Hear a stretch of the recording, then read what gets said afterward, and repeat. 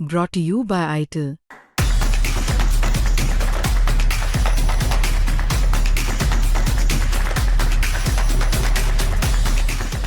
इस वक्त मैं इजराइल की राजधानी तेल अवीव के इचिलो हॉस्पिटल में हूँ। इसे आप इजराइल का एम्स भी कह सकते हैं। और यहाँ पर इमरजेंसी जो सर्विसेज हैं, जो चिकित्सा सुविधाएं हैं, उनके लिए विशेष व्यवस्था की गई है। जो अस्पताल का पार्किंग लॉट है उसे अस्पताल बना दिया गया है। मौजूदा हालात में जबकि आसमान से मिसाइलें बरस रही हों, जबकि लगातार अलर्ट्स मिल रहे हों, खास विशेष ध्यान रखा जाता है उन पेशेंट्स का जो क्रिटिकली इंजर्ड हैं। इस जगह से आगे हम जाएं उससे पहले हमें कहा गया है कि हम मास्क लगा लें और उसके बाद जो है हम आगे बढ़ सकते हैं।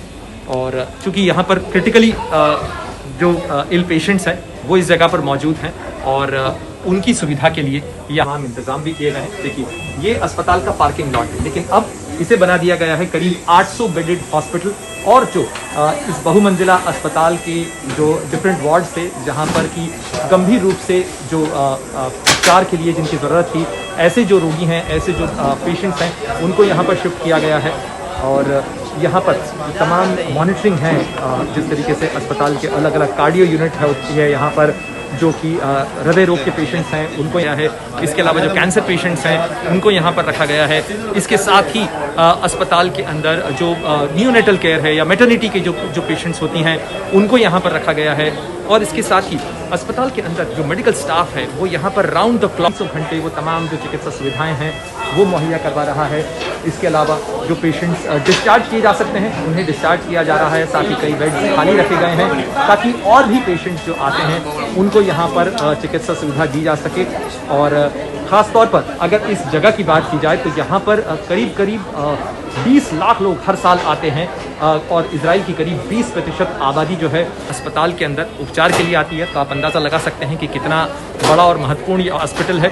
लेकिन उस हॉस्पिटल के अंदर चिकित्सा सुविधाएं प्रभावित न हों और इन तमाम आपात स्थिति के अंदर भी लोगों को उपचार मिल सके, इसके लिए इस पार्किंग लॉट को अस्पताल के यहाँ पर शिफ्ट किया गया है। यहाँ पर आप बोर्ड्स पे देख सकते हैं कि किस तरीके से यहाँ पर निशान भी बने हुए हैं। और साथ ही यहाँ पर गाड़ियों की पार्किंग की बजाय इस समय यहाँ पर जो पेशेंट्स हैं उनके लिए व्यवस्था की गई है। इजराइल के अलग अलग इलाकों पर ईरानी मिसाइलों के गिरने का सिलसिला बदस्तूर जारी है और ये मिसाइलें जब गिरती हैं इंटरसेप्शन के बावजूद कुछ इस तरीके की तबाही का मंजर पैदा कर देती हैं। कुछ घंटे पहले इस इलाके के अंदर एक ईरानी मिसाइल का टुकड़ा गिरा और उसने कुछ इस कदर की तबाही इस इलाके के अंदर मचाई है। ये घर है जो इस तरीके से टूटकर नीचे गिर चुका है। इसका बड़ा हिस्सा क्षतिग्रस्त हुआ है। बताया जा रहा है कि इसके अंदर कुछ बच्चे भी घायल हुए हैं। 23 वर्ष का एक युवक भी इसके अंदर घायल हुआ है। और ये तब है जब अलर्ट के बावजूद लोगों को संभलने का मौका नहीं मिलता है, जब मिसाइलें गिरती हैं। और क्लस्टर एम्यूनिशन एक बड़े खतरे के तौर पर इस पूरे इलाके के अंदर और इजराइल के लिए एक बड़े खतरे के तौर पर सामने आया है। यहाँ पर बड़ी संख्या के अंदर बच्चे भी मौजूद हैं। ये बच्चे शायद देखने आए हैं कि यहाँ पर जो उनके दोस्त, उनके जो साथी रहते थे, उनके घर को आखिर क्या हुआ है, वो कहाँ गए हैं। इनको शायद नहीं पता कि ये वॉर जोन है, यहाँ पर संघर्ष चल रहा है। और ये बच्चे कौतुक के साथ में देख रहे हैं, लेकिन यहाँ पर सामान बिखरा हुआ है। उन बच्चों के खिलौने यहाँ पर बिखरे हुए हैं। यहाँ पर वो छोटी साइकिल जो हैं वो भी टूटी और बिखरी स्थिति के अंदर यहाँ पर हैं। और आप अंदाज़ा लगा सकते हैं कि रात का वक्त होगा जब घर के अंदर लोग सो रहे होंगे, बेखबर होंगे। अलार्म बजने के बावजूद वो संभल पाते उससे पहले ही ये मिसाइल का टुकड़ा इलाके के अंदर आकर गिरा और उसने इस तरीके से यहाँ पर विध्वंस किया है। क्लस्टर एम्यूनिशन एक बड़ा खतरा इजराइल के लिए इसलिए भी बना है कि इंटरसेप्शन के बावजूद उसके कई टुकड़े बिखरते हैं और वो बड़े इलाके के अंदर फैलते हैं।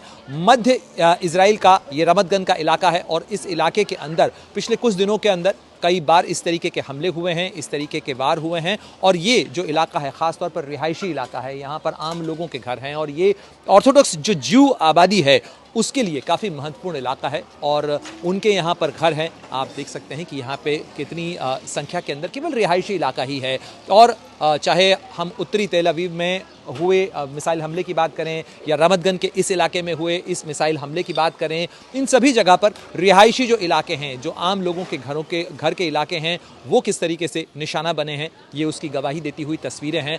और साथ ही यहाँ पर जो लोग आ रहे हैं, जो ख़ास तौर पर यहाँ पर बच्चे हैं, उनके मन में भी ये सवाल होगा।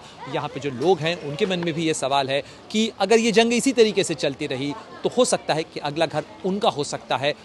यहाँ पर व्यवस्था है कि जो डैमेज इंश्योरेंस हैं वो जल्दी मिल जाते हैं, घर जल्दी से फिर बन जाते हैं, लेकिन फिर भी एक घर का टूटना किसी भी व्यक्ति को अंदर तक तोड़ देता है। और ये संघर्ष की आपदा है, उसकी त्रासदी है कि लोगों के घर टूट रहे हैं, लोगों के घर बिखर रहे हैं और कुछ इसी तरीके का मंजर पूरे इलाके के अंदर देखने को मिल रहा है। और ये सिलसिला तमाम चर्चाओं, तमाम वार्ताओं और तमाम बातचीत के बावजूद लगातार जारी है।